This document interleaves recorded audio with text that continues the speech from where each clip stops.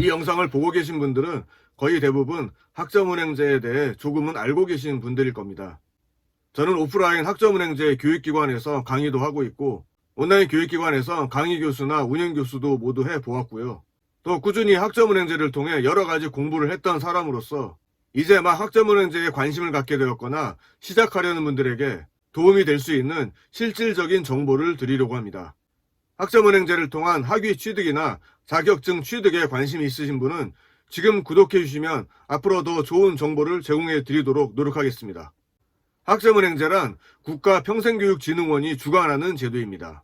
학점은행제는 학교뿐만 아니라 학교 밖에서 이루어지는 다양한 형태의 학습과 자격을 학점으로 인정해주는 제도를 말합니다. 다시 말해 고등학교 졸업자 또는 그 이상의 학위자를 대상으로 교과목을 이수하거나 또는 독학사나 자격증 취득의 방법으로 학점을 모아 학위를 수여하는 방법입니다. 앞서 잠깐 언급한 대로 학점을 취득하는 방법은 크게 세 가지라고 보시면 됩니다. 첫 번째는 온라인과 오프라인 교육기관에서 강의를 수강하는 방법입니다. 두 번째는 각 전공 관련 자격증을 취득하시면 학점으로 등록할 수 있습니다. 이 부분은 각 전공별로 인정해주는 자격증이 다르기 때문에 사전에 꼭 알아보시는 것이 좋겠습니다. 그리고 세 번째로는 독학사입니다. 첫 번째로 말씀드린 교육기관에 대해서는 다음 영상에서 제작할 예정이고요. 자격증과 독학사에 관련한 내용은 추후에 영상으로 더 자세히 설명드리겠습니다.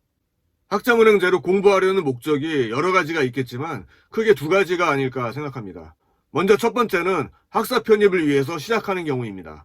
학점은행제로 140학점을 이수하면 학사학위가 나오는데 이를 바탕으로 일반 대학 3학년에 편입할 수 있습니다.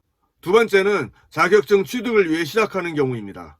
학점은행제를 이용하여 취득할 수 있는 자격증은 사회복지사, 보육교사, 평생교육사, 청소년 지도사 등 다양한 자격증이 있습니다. 전 개인적으로 학점은행제를 바탕으로 여러 가지 자격증을 취득했습니다. 여러 가지 자격증 취득 과정에 대해서는 제 경험을 바탕으로 앞으로 계속 영상을 통해 소개해 드리도록 하겠습니다. 어떤 목적으로 공부를 하든 정해진 시기에 학점은행제 학습자로 등록하는 과정이 필요합니다. 하지만 아무런 정보도 없는 상태에서 학습자 등록을 먼저 진행할 필요는 없습니다. 학점은행제를 시작하기로 했다면 먼저 전공을 선택해야 할 테고 그 전공 과목들이 개설된 교육기관을 찾아야 합니다. 편입이 목적이라면 학사 편입 후에 공부할 전공 분야와 유사한 분야를 선택하는 것이 좋겠죠. 하지만 학점은행제로 취득 가능한 학사학위들이 많긴 하지만 각 교육기관에 모든 전공 과목들이 개설된 것은 아닙니다. 따라서 유사한 전공을 찾되 조금 거리가 있더라도 학사 편입이나 또는 취업 이후에 도움이 될 만한 전공 분야로 좀 확대해서 찾아보고 결정하는 것이 좋겠습니다. 자격증 취득이 목적이라면 전공 분야는 거의 정해져 있습니다. 예를 들어 사회복지사라면 행정학사의 사회복지학 전공, 보육교사라면 문학사의 아동학 전공을 선택하시면 됩니다. 그리고 학점은행제로 자격증을 취득하실 분들도 좀 더 시간과 비용을 투자해서 학사학위까지 받는 것으로 마무리하실 것을 추천드립니다. 고등학교 졸업자라면 더 많이 투자해야 되겠지만 기존에 전문대를 졸업했거나 4년제 학사학위가 있는 분들이라면 약간의 투자로 학사학위를 추가로 취득할 수 있으니 관심을 가져보시면 좋겠습니다. 이 부분은 계속 영상으로 차차 설명드리도록 하겠습니다. 학점은행제로 어떤 전공을 선택할 수 있는지 알아보도록 하겠습니다. 이미지에 보시는 것처럼 다양한 전공 분야가 있습니다. 하지만 앞서 말씀드린 대로 전공 과목들이 개설된 교육기관이 어느 정도 있는지 확인해보고 선택하는 것이 중요합니다. 학사 학위별로 세부 전공 분야가 나누어져 있는 경우도 있습니다. 예를 들면 경영학사의 경우 이비즈니스학 전공, 경영학 전공, 무역학 전공, 회계학 전공으로 나누어져 있는 것을 알 수 있고요. 공학사 같은 경우 건축공학, 기계공학, 컴퓨터공학 등 이렇게 많은 전공으로 세분화되어 있다는 것도 알 수 있습니다. 문학사도 보시면 국어국문학 전공부터 심리학 전공, 아동학 전공, 청소년학 전공 등 다양한 전공 분야로 나누어져 있습니다. 과목 수강을 통해 학점을 이수할 수 있는 교육기관은 온라인 교육기관과 오프라인 교육기관이 있는데 온라인 교육기관을 통해서 공부할 수 있는 전공 분야는 상당히 제한적입니다.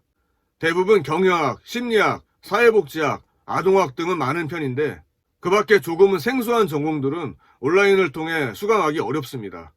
따라서 여러분이 선택하려는 전공이 좀 희소한 전공, 예를 들면 실용음악이라든가 의상 디자인, 스포츠 건강, 항공, 미용, 정보보호, 부동산 또는 신학이라든가 불교학 같은 경우라면 오프라인 교육기관을 선택하는 것이 좋습니다. 다음으로 자격증 취득에 대해 간략히 알려드리도록 하겠습니다. 학점은행제를 통해 많이 취득하고 계신 자격증은 아마도 사회복지사 자격증이 아닐까 생각됩니다. 사회복지사 2급 자격증은 최근에 법안이 개정되어 기존에 비해 앞으로 과목 수나 실습 시간 수가 더 늘어나게 됩니다. 이 부분도 추후에 따로 정리하도록 하겠습니다. 사회복지사 과목에 한두 과목만 더 수강하시면 건강가정사 자격증 취득이 가능하고, 사회복지사 자격증을 취득한 후에 50시간의 교육 과정을 마치고 필기시험에 합격하면 요양보호사 자격증 취득도 가능합니다. 자세한 사항은 따로 영상으로 알려드리도록 하겠습니다. 그리고 사회복지사와 함께 많이 관심을 갖고 계신 자격증은 보육교사입니다. 보육교사는 2018년에 법안이 개정되어 현재 변경된 제도로 시행되고 있습니다. 보육교사 자격증 취득 이후에 추가적으로 몇 과목을 더 수강하시면 장애 영유아를 위한 보육교사 자격 확인서를 취득할 수 있습니다. 다음으로 평생교육사라는 자격증이 있습니다.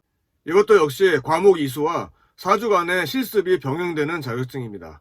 다시 말해 사회복지사나 보육교사, 평생교육사 모두 학점은행제로 과목 수강을 하고 일정 기간의 실습을 반드시 거쳐야 자격증 취득이 가능합니다. 그리고 마지막으로 하나만 더 소개해드리면 청소년 지도사입니다. 청소년 지도사는 원래 1차 필기시험이 있고 2차 면접시험이 있는데 학점은행제로 정해진 과목을 이수하면 필기시험이 면제됩니다. 그리고 면접을 보고 나서 합격하게 되면 3박 4일 동안 연수를 받고 나서 최종적으로 자격증을 취득하게 됩니다. 지금 말씀드린 4가지 자격증은 서로 관련된 과목들도 있고 나중에 취업이나 창업으로 자격증을 이용하려고 할 경우 서로 연관성도 있기 때문에 함께 준비하시면 좋지 않을까 생각합니다. 지금 알려드린 자격증 이외에 학점은행제로 취득할 수 있거나 도움을 받을 수 있는 자격증은 한국어 교원 자격증을 비롯하여 몇 가지가 더 있습니다. 이번 영상에서는 학점은행제에 대한 개괄적인 설명을 했습니다. 교육기관을 선택하는 방법을 비롯해서 학점은행제를 이용한 전반적인 학습 과정에 대한 영상을 계속 올리도록 하겠습니다. 이번 영상의 내용이 도움되셨다면 좋아요 눌러주시고 앞으로 계속 학점은행제에 관련한 영상을 받아보실 분은 구독해주시면 감사하겠습니다.